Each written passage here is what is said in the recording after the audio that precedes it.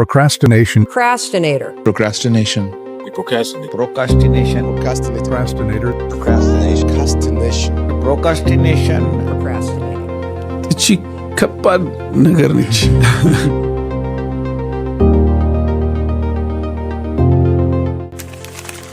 ሰላም ዩቲዩብ ዳግም ነኝ። እንደምን አላችሁ? ዛሬ ከተለመደው ስራችንና ወሬያችን እስቲ ወጣ ብለን ስለ አንድ ነገር እናውራ እስቲ። አምሹር ይህንን ቪዲዮ የምታዩ አብዛኞቻችሁ ወጣቶች ናቸው። ኢቨን ኢፍ ወጣቶች ባትሆኑም በእድሜያችሁ ትልልቅ ሰዎች ብትሆኑም በዚህ ዘመን ሁላችንንም የሚያጠቃ አንድ ሜንታል ችግር አለብን። ፕሮክራስቲኔሽን። ፕሮክራስቲኔሽን ምንድን ነው እስቲ? ፕሮክራስቲኔሽን ማለት አንድን ነገር የማድረግ ወይም የመስራቱና በጊዜ የመጨረሱ ብቃት እያለን አላስፈላጊ በሆኑ ጭንቅላታችን ውስጥ በሚፈጠሩ የኮንፈርት ሀሳቦች በመሳብ በጊዜ ሰርተን መጨረስ የምንችለውን ነገር ማዘግየት ወይም ደግሞ ዲሌይ ማድረግ ማለት ነው። 4 ነጥቦችን ሰጥቻችሁ ልለፍ። What is procrastination? እንዴት ነው ፕሮክራስቲኔሽን ወደ ህይወታችን የሚመጣው? ፕሮክራስቲኔሽን ኢፌክቶች ምንድን ናቸው? እንዴት ፕሮክራስቲኔሽንን ኦቨርካም ማድረግ እንችላለን? ናው ስለ ፕሮክራስቲኔሽን ስናወራ አንድ ኤግዛምፕል ልስጣችሁ። አንድ የ12ኛ ክፍል ተማሪን እንውሰድ። ወቅቱም የፈተና ጊዜ ስለሆነ ይህ የ12ኛ ክፍል ተማሪ የዩኒቨርሲቲ መግቢያ ፈተና በቅርቡ እንደሚፈተን ያውቀዋል። ነገር ግን የፈተናው ጊዜ እስኪደርስ ድረስ የተወሰነ ያህል ለንባብ እና ለአንዳንድ የፈተና መዘጋጃ ጊዜ እንዳለውም ያውቃል። ስለዚህ ይህ ተማሪ ለፈተናው ለመዘጋጀት ለራሱ የማጥኛ ፕሮግራም ለማውጣት ያቅዳል። ማንበብ ያለበትን ትምህርቶች በቅደም ተከተል ያስቀምጣል። ጋይዶችን ምናምን ይገዛል። ሞቲቬሽን ቪዲዮዎች ያያል። የመጀመሪያ ቀን ጥናቱን ይጀምራል። ከዛ it will feel like ፈተናዎቹን እንዳለ ሰቃቅሎ የሚያልፍ ነገር ሁላ ማለት ነው። I've been there። ሪያሊቲው ግን ይህ በጭራሽ አይሆንም። you see አንድን ነገር ሃይፕድ እና ሞቲቬትድ ሆነን ስንጀምር በቀጣይነት የምናደርግበት ቻንስ በጣም ትንሽ ነው። ምክንያቱም ሃይፕድ ስንሆንና የጭንቅላታችን ዶፓሚን መጠን ከፍ ሲል አእምሯችን ሪዋርዲንግ ሲስተምን ይፈጥርብናል። ማለትም አንድ ነገር አቺቭ ሳናደርገው አቺቭ እንዳደረገን እንዲሰማን ያደርገናል። ይሄ ደግሞ ለፕሮክራስቲኔሽን ወዲያውኑ ያጋልጠናል። ኦኬ፣ ዛሬ የ12ኛ ክፍል ተማሪ በጣም ሃይፕድ ሆኖ አጠና።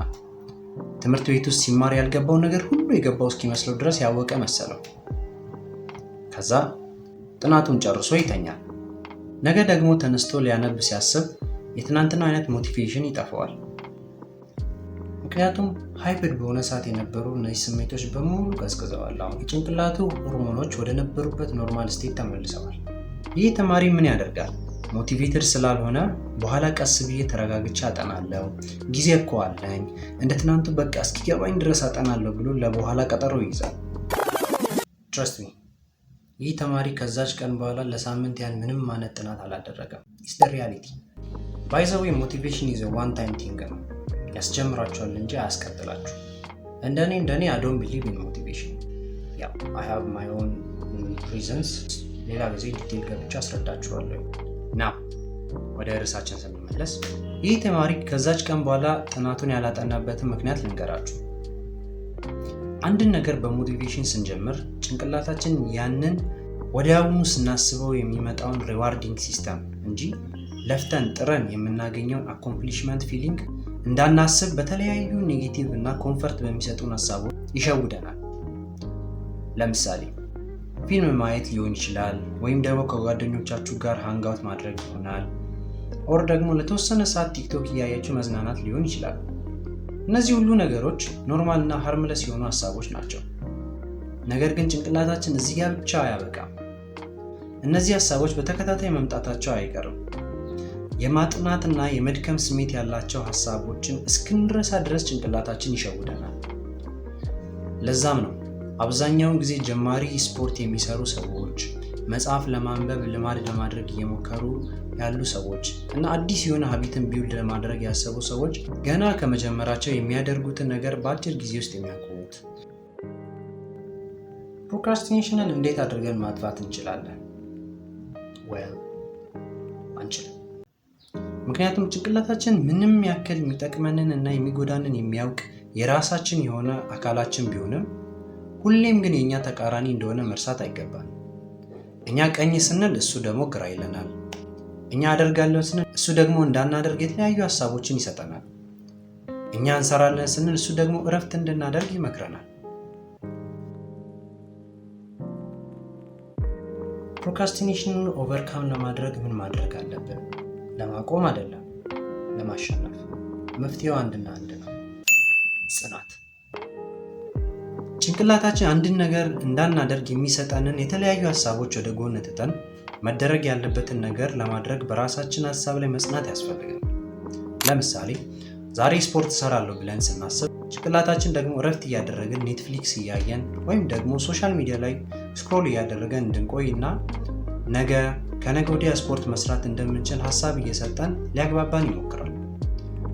ይህኔ ታዲያ ቀድመን ያመጣነውን ሐሳባችንን ሳንተው ለማድረግ ጭንቅላታችንን የሚሰጠንን ሐሳቦች መቃወም መቻል አለብን። አለዚያ ደግሞ ስንፍናችን ያሸንፈንና ያቀርነውን ነገር ሳናደርግ እንቀራለን። አንድን ነገር የማዘግየት ባህሪያችንን ማሸነፍ የምንችለው በራሳችን ሐሳብ መጽናት ስንችል ብቻ ነው። ይህንም ማድረግ ካልቻልን ደግሞ ሁሌም ቢሆን የስሜታችን ተገዢ ሆነን እንቀራለን። ፕሮክራስቲኔሽንን እንዴት አድርገን ማቆም እንችላለን? ፕሮክራስቲኔሽን is the assassination of every destination. I think ቲክቶክ ላይ መሰለኝ የሰማሁት እሱ ነገር። Procrastination is the assassination of all destination. You do not procrastinate. ኤኒዌይ በማንኛውም ሰዓት አደርጋለሁ ብለን ያቀድነውን ነገር ለመፈጸም ጊዜው ሲደርስ ጭንቅላታችን የሚሰጠንን ሌላ ኔጌቲቭ የሆኑ ሐሳቦችን ማሸነፍ የምንችለው ላለን ሐሳብ እና ዓላማ ጽናት ሲኖረን ብቻ ነው። መደረግ ያለበትን ነገር ሁሌም እናድርግ። ያንን ማድረግ ከቻለን ሁሌም ፍሩትፉል ነን። ስቴይ ሃርድ